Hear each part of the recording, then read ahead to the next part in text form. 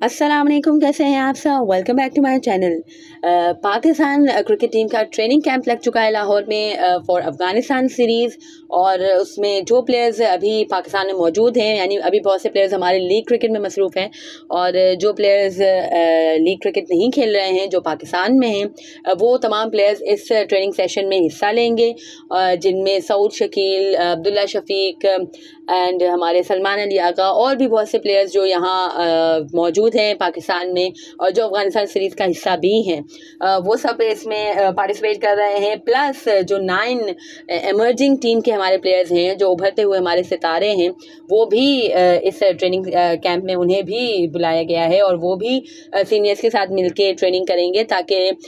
वो गेन कर सकें एक्सपीरियंस और अपने जो फ्लॉस हैं उन्हें भी ओवरकम कर सकें। और इस आज भी भरपूर ट्रेनिंग सेशन हुआ पाकिस्तान टीम का, और फिर इसके बाद मीडिया कॉन्वर्सेशन के लिए अब्दुल्ला शफीक आए थे और उनसे मीडिया ने मुख्तलिफ सवालात किए। So let's have a look on it. सबसे पहले उन्होंने यही पूछा कि आप अपनी परफॉर्मेंस के बारे में क्या कहते हैं, जो कि आपके थोड़ी सी ऑफ परफॉर्मेंसेस जा रही थी, और इसके बाद आपने 200 प्लस रन स्कोर के पाकिस्तान के लिए पाकिस्तान को जीत दिलाई। तो इसके बारे में आप की क्या राय है। तो उसमें उन्होंने कहा कि सबसे पहले तो एज अ क्रिकेटर हम सब की परफॉर्मेंस जो है वो हम सब की तवज्जो जो है वो परफॉर्मेंसेस पे होती है, और रेड बॉल में अच्छी क्रिकेट खेली है, तो होपफुली कि अब वाइट बॉल में भी वही फॉर्म कंटिन्यू करेंगे और अच्छी एफर्ट्स डालेंगे और अच्छे है कि परफॉर्मेंसेस देंगे। फिर उसके बाद उनसे एज ऑलवेज जो आजकल मीडिया में बहुत हाइप बनी हुई है इंडिया वर्सेस पाकिस्तान मैच की, तो इंडिया के अगेंस्ट मैच के बारे में उनसे पूछा गया कि कितने एक्साइटेड हैं वो और कितना ज़्यादा वो होपफुल है अपनी इंडिविजुअल परफॉर्मेंस के लिए अगेंस्ट इंडिया।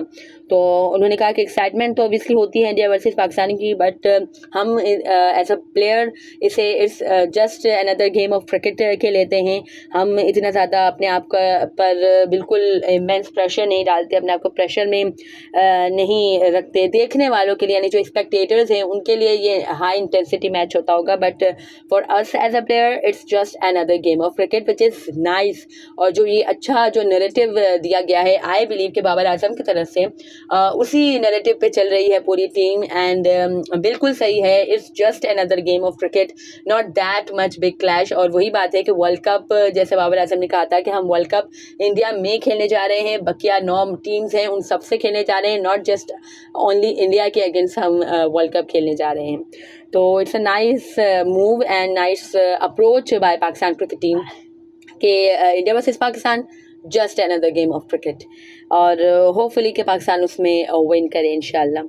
और इसके बाद उनसे पूछा गया कि बहुत से प्लेयर्स थे जो इस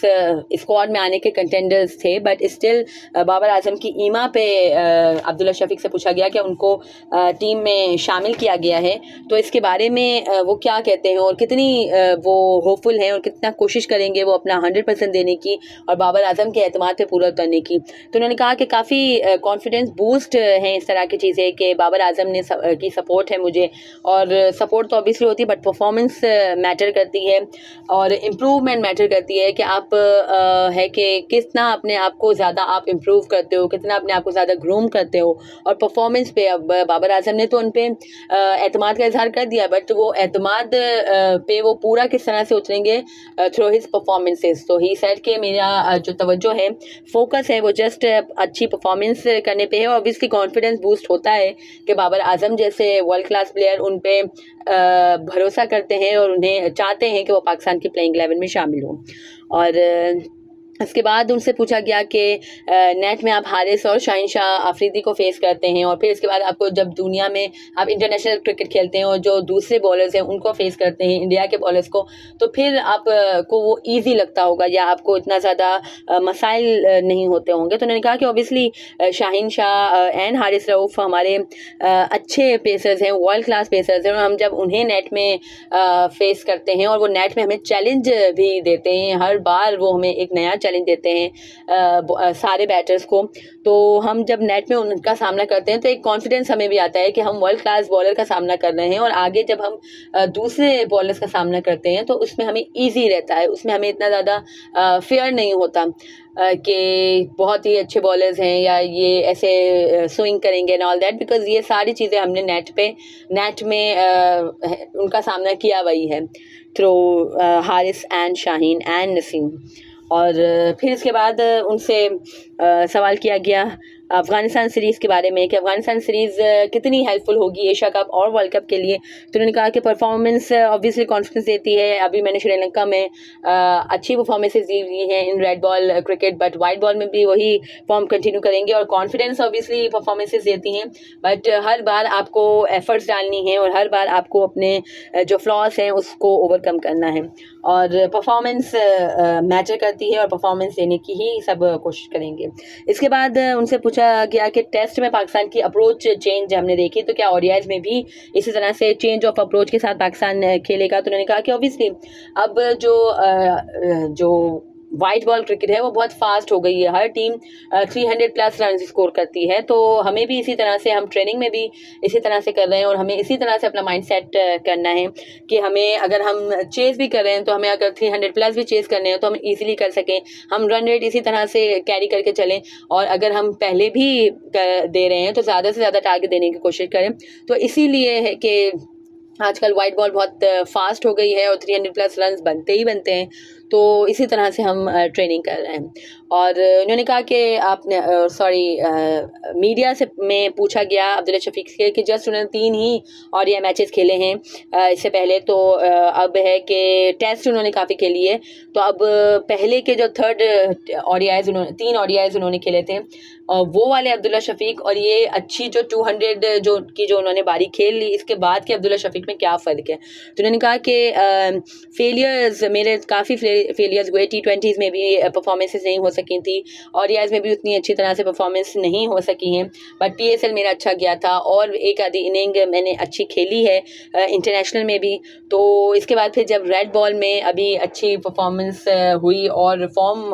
रीगेन हुई, तो इसके बाद से है कि काफ़ी कॉन्फिडेंस बूस्ट हुआ है। और जो फेलियर्स भी मेरे हुए, तो वो फेलियर्स भी ज़रूरी होते हैं, फेलियर से आप सीखते हो और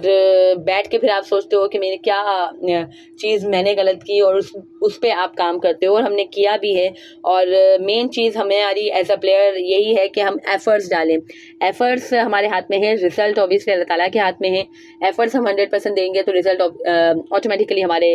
हक़ में आएगा। तो ये सारी बातें हुई, मीडिया ने उससे मुख्तलिफ सवालात पूछे और उसके उन्होंने अच्छे वैलिड आंसर्स दिए हैं। और आई बिलीव कि 300+ का जो ये उन्होंने कहा कि अब हर टीम 300+ बनाती है, तो ये भी मुझे एक कंसर्न मुझे फ़ील हुआ कि श्रीलंका की जो पिचेस हैं वो इतनी अच्छी सूटेबल नहीं हैं बैटिंग के लिए, और बैटिंग सेकंड भी वहाँ पे मुश्किल होगी। तो वहाँ पे अगर 300+ की अप्रोच से जाना शुरू करेंगे तो शायद पाकिस्तान को हार्म भी करे, बिकॉज वहाँ पे 270 280 भी अच्छा टारगेट होगा आई बिलीव। अब हमन टोटा की पिच किस तरह से रिएक्ट करती है ये तो उसी वक्त पता चलेगा, बट जो अब तक स्टैट्स बताते हैं श्रीलंका के और हम्बन टोटा के वो यही है कि 300+ के चक्कर में अगर पाकिस्तान जाए तो फिर उसमें है कि अपनी अर्ली विकेट लूज़ ना कर दें। खैर फिर भी वही बात है कि वो प्लेयर्स हैं, उन्हें वहाँ पे जाएंगे खेलेंगे तो ज़्यादा अच्छे तरीके से वो कंडीशन असेस कर सकेंगे और फिर इस हिसाब से ही खेलेंगे। बट जो मुझे फील हुआ वो मैंने एनालाइज़ किया। आपको क्या लगता है कमेंट सेक्शन में बताइएगा और सब्सक्राइब करें मेरे चैनल को। अल्लाह हाफिज़।